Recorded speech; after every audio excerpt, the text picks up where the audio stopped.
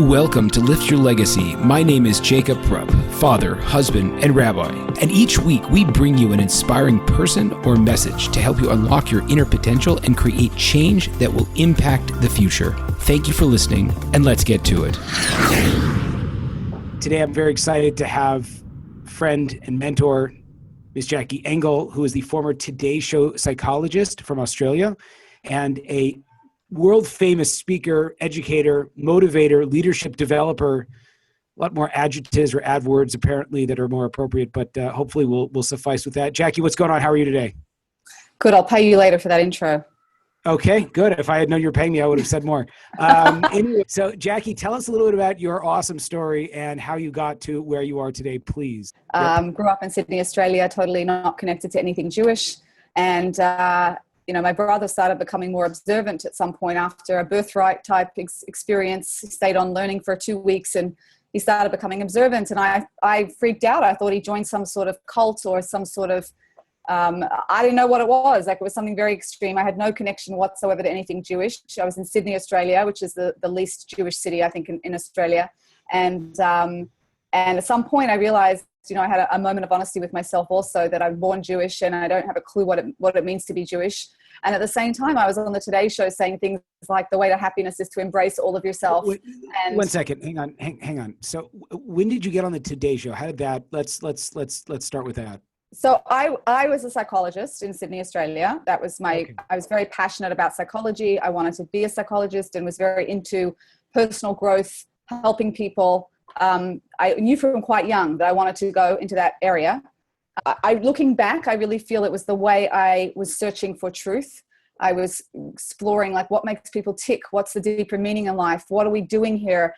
What drives people? What's the goal? How do you be happy? Like, I was just curious about those big philosophical questions, and psychology seemed to have the most available wisdom that I could access to be able to grow myself and help other people. And then when I actually found Torah later in life, much later at the age of 30, that desperate kind of thirst for understanding the psychology totally dropped away because I was quenched by Torah.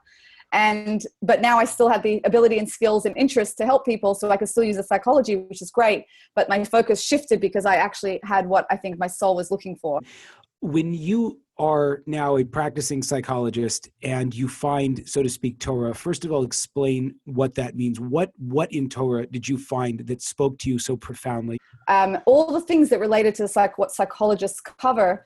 I was just then fascinated by the depth and wisdom of the Jewish system in a way that I had never, ever seen or heard before. So through my own career lens as a psychologist, I saw the depth and wisdom of Torah that was unparalleled. And the thing that freaked me out the most was that every single thing that I believed in and resonated with as true at that time in my life, I found the source in Torah. So that just freaked me out because, like, everything I knew to be true, here's where it comes from in Torah. Here's what Torah says here. And Torah became like the mother ship that everything pulled out of.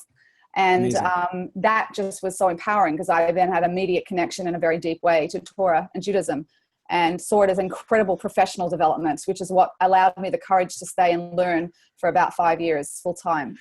So you found that your whole experience while learning for 5 years was even greater than the experience you had in university and in your training as a psychologist.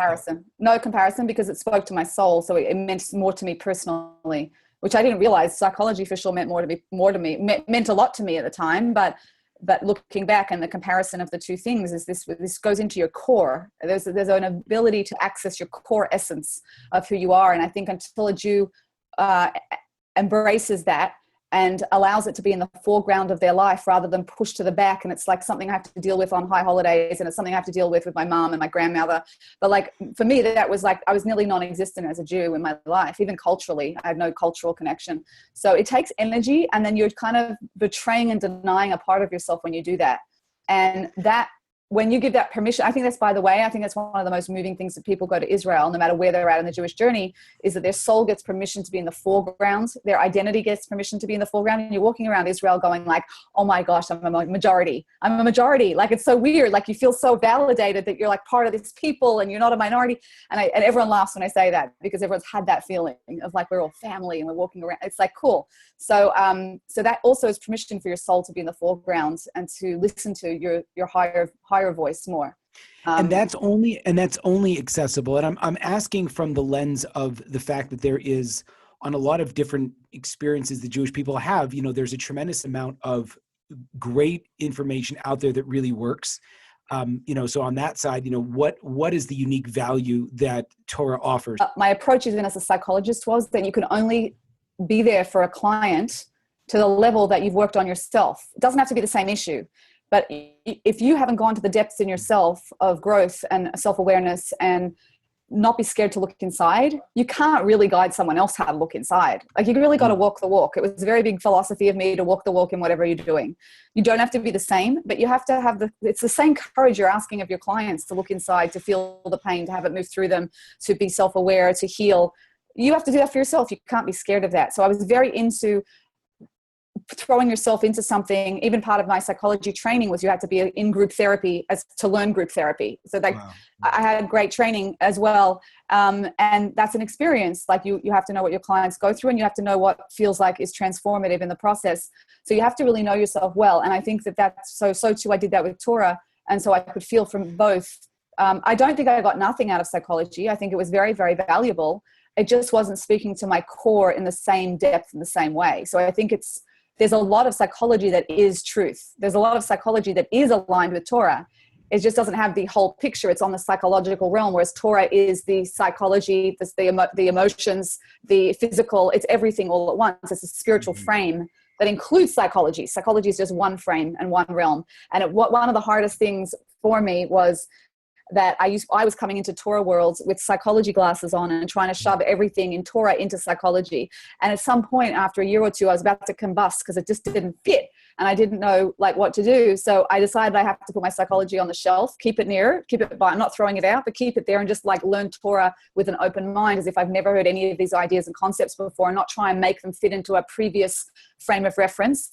And that was really, really valuable. I wish I'd known that earlier. So that's what I would also recommend someone coming in from social sciences or psychology or social work, any of those helping professions.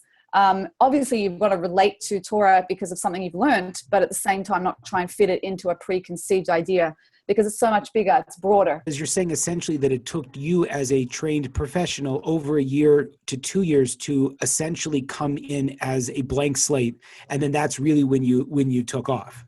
Yes, exactly. Yes. I mean, I was a blank slate as far as Judaism, because I had no background, literally. And I went to some semblance of Sunday school, which was, in my memory, sticks in as like a torture experience on Sunday. Yeah. But other than that, I had no experience. I didn't even go to shul on Yom Kippur and Rosh Hashanah. Like, I didn't even know, I didn't even keep Yom Kippur. I didn't know anything about anything. It was like as far away as you can get. Probably because my father was a Holocaust survivor. So there was a self-protective mechanism there. But there was a blessing in being able to come back and not have any preconceived idea of Judaism to overcome when I was learning it at an older age. That was also a blessing and a curse. I knew nothing on the one hand. On the other hand, there was a purity and a depth at being the age I was older, I was 30, I wasn't starting out young, and being able to absorb it in a deeper way with not having to overcome any preconceived ideas or emotional reactions that I've had to other things I'd learned, or in the Torah way. What I had to overcome was my preconceived ideas psychologically as a psychologist, and realize that Torah is much broader and it encompasses psychology, and you can't squish Torah into that psychological frame. Where do you focus your energies in terms of working with people? How do you try to find that purity? Is there a magical age whereby a person is the most fitting for like learning and growing, or is it just wherever they can get in? No, I don't think so. Torah is eternal and speaks to every level, every stage of life.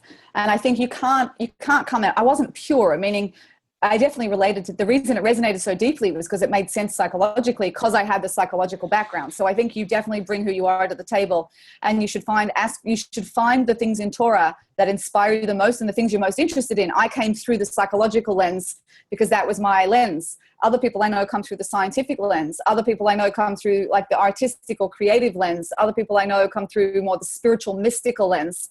So like, it depends what resonates with you. Not follow the things that inspire you. Like follow those things that speak to you. Just don't get stuck in your preconceived idea of how you think the world works. So it's about oscillating back and forth between your own frame and then saying, oh, you know, I can't shove Torah into that frame, but that's interesting because I relate to that. And being okay with process. I think that this generation is not okay with process, and we don't allow things to unfold. And the way I often describe it to my students, because they struggle with this a lot, just like I did, is you learn something here in Torah and you're like, oh, that's amazing. That's so inspiring. I totally get that. And then you learn something like over here and you go, I sort of get that. Like that's interesting. That's okay. Like, I don't really know where to put that. I'm just going to leave that alone. Then you learn something here and you're like, no way am I ever doing that. No way am I interested in that. No, like, forget it. That's just obscene, like offensive, whatever. And again, without making big conclusions about Judaism, I think we try and pressure ourselves to make conclusions. And over time, you start learning more and more pieces of the map, and it goes broader and broader and broader. And you're like, oh my gosh, that thing relates to that thing that I thought was like obscene. And that thing, oh my gosh, that relates to, and over like 1, 2, 3 years, I would say, you start to develop a much bigger map if you can just hang on in the process and allow yourself to learn nuggets and pieces and bits of Torah that are interesting and in their own right, stand alone in a way. But over time, they create a map and they create a much bigger frame of reality of like how to view the world, from the spiritual all the way down to the physical. And you can't rush that. I mean, it's just like, Torah is infinite and deep. And so it takes about, I think, 1 to 2 to 3 years to really try and find where the pieces fit and how they all relate, and like separating that out from, I have to do it all now. You know, I think a lot of people learn things and there's part of them that's inspired, the soul is inspired about the wisdom, and they see the depth of wisdom, and then the body freaks out about having to do that and goes, oh my gosh, no way. I like my life. I don't want to change anything. Thank you so much. And being able to work with that tension between body and soul is crucial. I don't think there's enough spoken about it. I started developing classes because, again, the process of change as a psychologist is something I can bring to the table, that going at the level of your body, not your soul, is the most important thing. So being able to integrate the change, the soul wants to change now. They found that New Year's resolutions, January 1, everything spikes. Diets go up. You'll know this, Jacob. Diets go up, gym memberships go up, everything spikes. And they found statistically February 1, everything is back to normal. Why? Right. Because the soul's like, I want to change. Yeah, I'm never eating chocolate ever again. And then the body's like, okay, I'll try. And February 1, it's like, I'm not playing, no way. Like, and you have to learn how to work again internally. It comes back to self-awareness. It comes back to knowing yourself. What is my body saying? What is my soul saying? Do I even realize that I have different voices in my head? And which voice am I listening to? And how do I work with them together so there's a connection, and so that I can move forward and achieve the goals I want to do, whilst including what my body needs and the pace that my body needs to go. Because we know that there's a body and a soul that have different types of consciousness. You know, they're different profiles, you could say. How does a person balance all of those different drives and at the same time have this like much greater, I don't want to call it pressure, opportunity to develop themselves spiritually? How does that work? Because the frame of how you view the world is not what I'm doing with my hobbies, and then there's this Jewish spiritual frame or spiritual idea or spiritual knowledge. As the more you learn with that map I was describing, the more you see the whole thing in one map. So it becomes integrated, that all of my hobbies and interests fit into a broader vision and purpose for who I want to be in the world, what I want my life to be about, that there's meaningfulness, that I'm fulfilled, you know, and that I have a life of purpose, including going to the gym, including, you know, the physical level. It's not excluded in Torah. It's really integrative and holistic. You know, even though holistic might have like a hippie kind of vibe that not everyone relates to, it really is in a very grounded way holistic. It includes all of ourselves in how to be the best we can be and inspire Jewish greatness. So how do you find your unique voice, so to speak, that is in keeping with your soul mission? Right. So I would say if I had to pick 2 issues that were the most challenging and the most important, One would be what we spoke about, going the pace of your body. So the growth is healthy and slow and integrative. The second is what you just mentioned, which is how do I make this mine, and how do I not lose myself in the process, which is a very, very big challenge. And again, I don't think it's so commonly navigated in a public way like this. So it's good to have a chance to talk about it. The trick here is you have to learn Judaism from the Jews, but not judge Judaism by the Jews, meaning you have to learn Judaism from Jews, but your unique challenge is to find out, with all the wisdom that you're learning, how do I bring that into my life and retain who I am? You're not a mistake.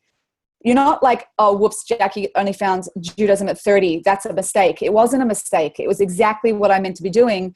And in Chovos Levavos, duties of the heart, it says that there's 3 circles, and where they overlap is the area that points to your unique purpose and mission in life. One is what you're good at. So knowing what you're good at, you have to know. So many people are terrified to admit what they're good at. They think it's ego, but it's really not, because without that, you can't even start. The difference between the ego and the humility is that you credit God with your gifts and talents, not yourself. So you have to know what God-given gifts you've been given, what God-given talents you have, and what you want to build on. That's number one. How does a person really connect to those things that they are really good at? They have to experiment. That's the whole job. Have you ever seen kids when they go? The kids are obsessed with trying out everything. Obsessed. They're insanely everything. They're curious. They're experimenting. As children, you're meant to try out everything. And this whole American dream, or not American, Western dream of you can do anything you put your mind to, is complete fallacy, because you're not meant to do everything. You're meant to actually, as you experiment in life, get more narrow and narrow and narrow with your focus about what you're really, really good at and what you really, really love. The second circle is, what do you love? What inspires you? What gives you energy and passion? As opposed to, you could be good at something, get drained by it. It's probably not something you're meant to do as a primary thing. Or you could, I could say I love art, but I'm terrible if you ever saw me draw. So I'm not meant to be an artist, even though I could enjoy it and whatever. So it's usually something that you're good at, something that that you love. And the third is, what opportunities come your way, what doors open and what doors don't when you really put in the right effort. It's not about not trying, it's about being active, but noticing when doors open and when doors do not open despite repeated attempts. One of the key things to look for, and this is one of the biggest mistakes, getting back to your question, how do I find my voice? If I look around and I say, I don't look like this, I don't want to be like that, like this is not me. The most important thing is to see, what does the community around me need? Whatever when I say community, I mean your work community, your family and friends, your whatever it is. Like, what do I have? What talents and gifts and passions do I have that I can bring that's missing in the world around me? So people mistakenly say, they go and look for people to reflect themselves, and they look around and say, wow, these people, they're not my people. They don't look like me. They don't sound like me. They don't feel like me. I don't fit here because I don't see myself reflected back. That's a mistake, because you're not meant to be a clone in a community where you feel like we're all the same type. You're specifically meant to be your unique self and bring to the community or your area what you can bring that is uniquely you. So that's the irony. You're not meant to look for what's reflected back if it's the same as you. You're meant to say, what can I bring to this community that they don't have? And when you find a match between what you can bring and they don't have and what you're passionate and good at, it's the most fulfilling feeling in the world. There is nothing more fulfilling than that match. When you have talents and passion and skill, and you find the world in some way, even your mini world around you or your work world or your family, they need something from you and you have that thing to give, you feel $1 million, more than $1 million. It's priceless. So how does a person find that, and why is that so hard, especially now? Because for 2 reasons. I think people don't have a drive to look inwards enough. They're looking outward. The whole world is defined externally. So everyone's looking outwards for the clarity and happiness, which you'll never find it there. And number 2 is, if they do look inwards, they're too scared to be ruthlessly honest with themselves. They think they're scared to be honest. So if they do look inwards, they're terrified, rather than realizing that is the answer, meaning don't judge yourself. Have a drive inward and be ruthlessly honest, because then you know exactly where you are and exactly, you have clarity. There is nothing better than clarity. There is nothing, you can't even start anything without clarity, but most people don't have the clarity. They look at you with blank stare, like, I don't know, I haven't really thought about it. Or I've thought about it, but I have no idea how to get there. So one is stop looking external. In Australia, after high school, people do a BA, a Bachelor of anything. because they don't know what they want to do. So they just do a BA because that's what you do when you don't know what to do, Bachelor of anything. And then they go traveling on the world trip, especially from Australia, because we're so far away that we go to these big trips. And they go traveling around the world for a year, 6 months, 3 months, whatever it is, in the hope that clarity is going to hit them from the sky. And they're going to get clarity about what they want to do with their life. Now, I'm not saying traveling doesn't give you a different sense of yourself and a different sense of reflection and whatever ability to experience the world so you mature in a different way. But overall, that's not where the clarity comes from. And that could all be bypassed by looking within, knowing the answer is inside, not outside, and having either getting yourself a coach, a therapist, a rabbi, a rebbitzin, someone who can coach you in that process of like looking within and being totally open to be super honest with yourself about everything, your motivations, asking yourself. And sometimes I'll walk around and I'll go like, why did I just do that? Like I'll do something and I'll think, what was motivating me? And like, you have to be able and willing to say, oh, I just wanted attention, or, like I just wanted the honor, or I just wanted, I don't know, like whatever. You have to be honest with yourself and to say, okay, that's interesting. Like that's still motivating me that way. Oh, that's interesting. It's not who I want to be. So let me work on it. Like, people are so scared to see what's in there because they think that they're a bad person, as opposed to, oh, let me just see what I need to grow and change. It's never all of who you are. When you find something there, it's just a reactive pattern or something that you haven't worked on yet. Or, some people I think again too full of judgment, self-judgment rather than self-acceptance with the desire to grow. And I think that those two things drive a certain awareness inward to not be scared to look inward. And when you do look inward, be really honest with yourself. I think that today's challenge really is to shut your world up enough so that you even have a sense of inner reflection. That's the challenge of today's world, more than when I was a teenager or in my 20s. So like nowadays, you don't even get the chance to look inward because everything is so distracting to pull you out. So like that in itself is a huge accomplishment. Like to turn off your phone, people who start trying to like experience a Shabbat, to turn off your phone, even Friday night, to turn off your phone is like horror. But then when they do it, it's liberating because you have that peace of mind and clarity of like just being with yourself.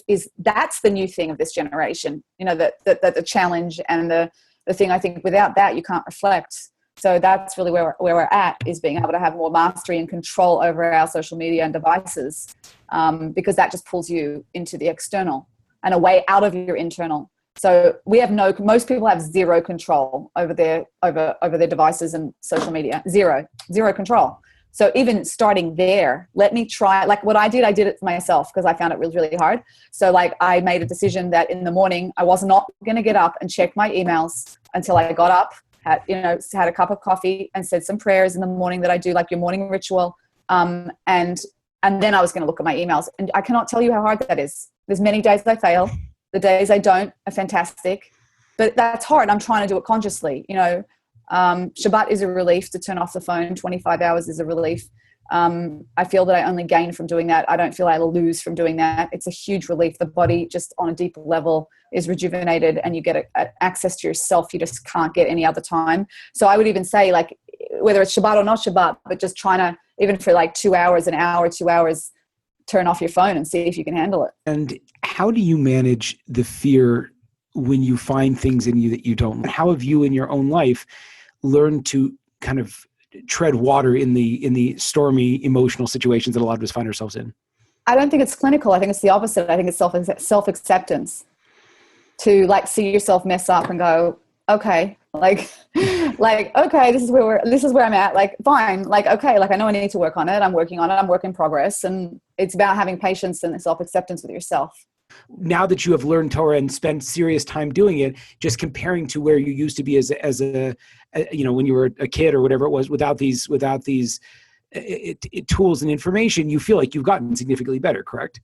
Oh yeah, because I'm clear about what's healthy, what's not healthy, because I'm clear about who do I want to become and who do I want to be. Like, I don't want to be a jealous, angry person. So even if I have lapses in those things, overall, it's not who I want to be. Whereas before I really explored Torah, jealousy, okay, it's not the best, but it's not a big deal. Like, I didn't have a crystal clear like focus on what do I want to build in myself and what do I not want to build in myself? Where do I want to put effort to build that muscle? And so, yeah, I want to build patience. I want to build being happy with whatever I have. I want to build certain things. And so I become more conscious of those things. So that Torah becomes an incredible map and guide for that clarity of like, what direction do I want to go in? Concept of truth. You mentioned truth. You mentioned finding truth. It's super unpopular nowadays to have this idea of truth. So True. how do you relate to that? What That's is true. That? Thank you. But I don't that to people, or how do you justify it to yourself to say, I found something that the mass majority of people think is a figment of my imagination? I had a very intense debate with my brother once. It was the turning point about me choosing to go to Israel. I was not at all connected to anything really Jewish. I just had this crazy off-the-wall brother who was getting into it. And I believed very strongly, with the conviction at the time, that you choose your truth, I choose my truth, and no one's to say what's right and wrong. Universalism, pluralism, I know it's what we know, we've been raised with it. And it made sense to me, and it was logical. It is logical. And I thought all the paths of truth, subjective truth, lead to the same place of self-actualization, evolution in yourself, like developing your potential. So my brother in Israel and me in Australia, and we were arguing back and forth about this point. And he said, Jay, he stopped me one night. He said, Jay, I'm not telling you what's right and wrong. I just want to ask you one thing. He said, you believe in universalism, pluralism. There's no absolute truth. You choose your truth. I choose my truth. He said, and I believe that for every Jew, the highest path of actualizing your potential is Judaism. He said, we both can't be right. It's not that both things are true simultaneously. So I'm just asking you, what do you base your beliefs on? Like, how do you know that's the way that's the way the world works? And he says, you do realize that that's an absolute truth you believe as well about how the world works. I'm like, what do you mean? He says, you said there's no absolute truth. There's only universalism and pluralism. You choose your truth, but that's an absolute truth you believe about the world. And I was like, oh, right. So like, he goes, anyway, and he says, I'm just asking you, what do you base your beliefs on? Like, how do you know? And I had superficial answers, but deep down I didn't know, even though I was very strong.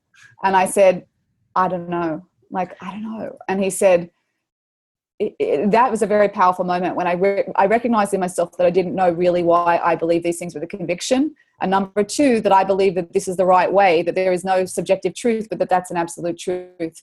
The other part of it is also that if there is no absolute truth or moral code or spiritual code of how to be and live and develop yourself, then A, you can never be really held accountable for anything. And B, there's nothing that's wrong in the world, which the average person won't agree with, meaning murdering an innocent baby for the sake, that doesn't want to be murdered, an innocent child is wrong. Most people will say that's wrong. So like there's certain lines that everyone can agree with. That's wrong. Like you can't murder someone, right? Like that's wrong. And no matter what age you are, no matter what generation, no matter what culture, no matter what time in the history of time, there's certain things we believe are already absolutely wrong. And if you believe those things are wrong, that means you must believe there is an absolute version of what's right and wrong. And where does that line stop? And, I found even recently when we were discussing this in a class recently that, there's people, very, very smart people professors in colleges and universities who are now vehemently arguing that pedophilia is actually okay. That it doesn't hurt the child as long as it doesn't physically hurt the child. It can be positive to have a special relationship with someone, like crazy stuff.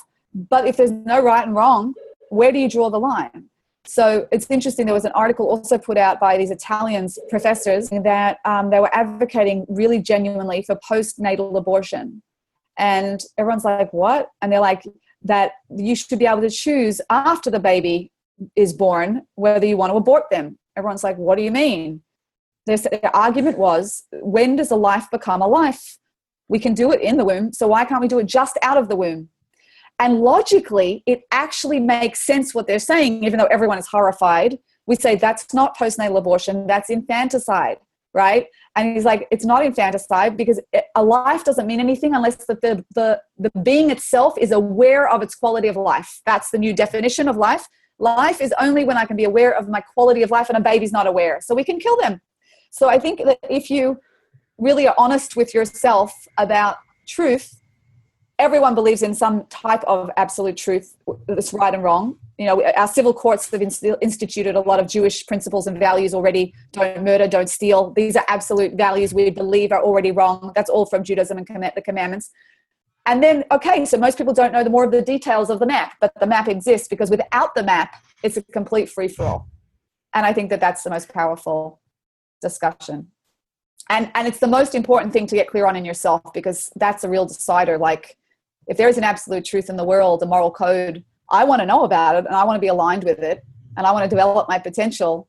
And if there's a creator of the world and a God, I also want to know that, because who wouldn't want to be best friends with the CEO? I guess that was the final point, is that there is also the emotional and intellectual benefit of feeling that certainty, and that you're working within a framework, and that you're able to really be growing and be on a growth trajectory, versus kind of it just all being, I don't know how you translate Hefker, ownerless. Free for all. Free for all. Thank you. Yeah. So you're saying it's like walking into a gym and having no idea what the equipment is, and no idea what to do, and you're like, okay, I know that I'm meant to do something good here. I know I'm meant to be a good person in life. I know I'm meant to, I'll just stick with the couple machines I know. No. So wouldn't you want a coach? Wouldn't you want a map? Wouldn't you want a guide, like how to move through every machine? You wouldn't do them all at once, because it's too overwhelming. But you would want to know, I want to use this gym to its maximum effort. I want to build myself in the best way possible. So I need a coach, which we would call a rabbi or rebbitzin. I need to know the machines, the 613 machines, to develop all the aspects of a person. And I want to come out the most perfected version of myself this lifetime I can be. And I think everyone yearns for that very deeply. Jackie Engel, where can people find you, follow you, hear more about you, connect with you? Souled NYC, SOULED NYC is Instagram handle. And I'm on Facebook under my own name. And they can email me, Jackie@soulednyc.com, JACKIE@SOULEDNYC.com. There you have it, folks, another inspiring episode. If you enjoyed this, I ask you to please share this with your friends, and to like us over on Rabbi Rupp through Facebook or on YouTube. And the more that we're able to get these important messages out, the more that we can really make an impact in the world. So I encourage you, please, to stay tuned. We have a ton of amazing speakers coming up, and also to tell your friends about it. Thank you very much.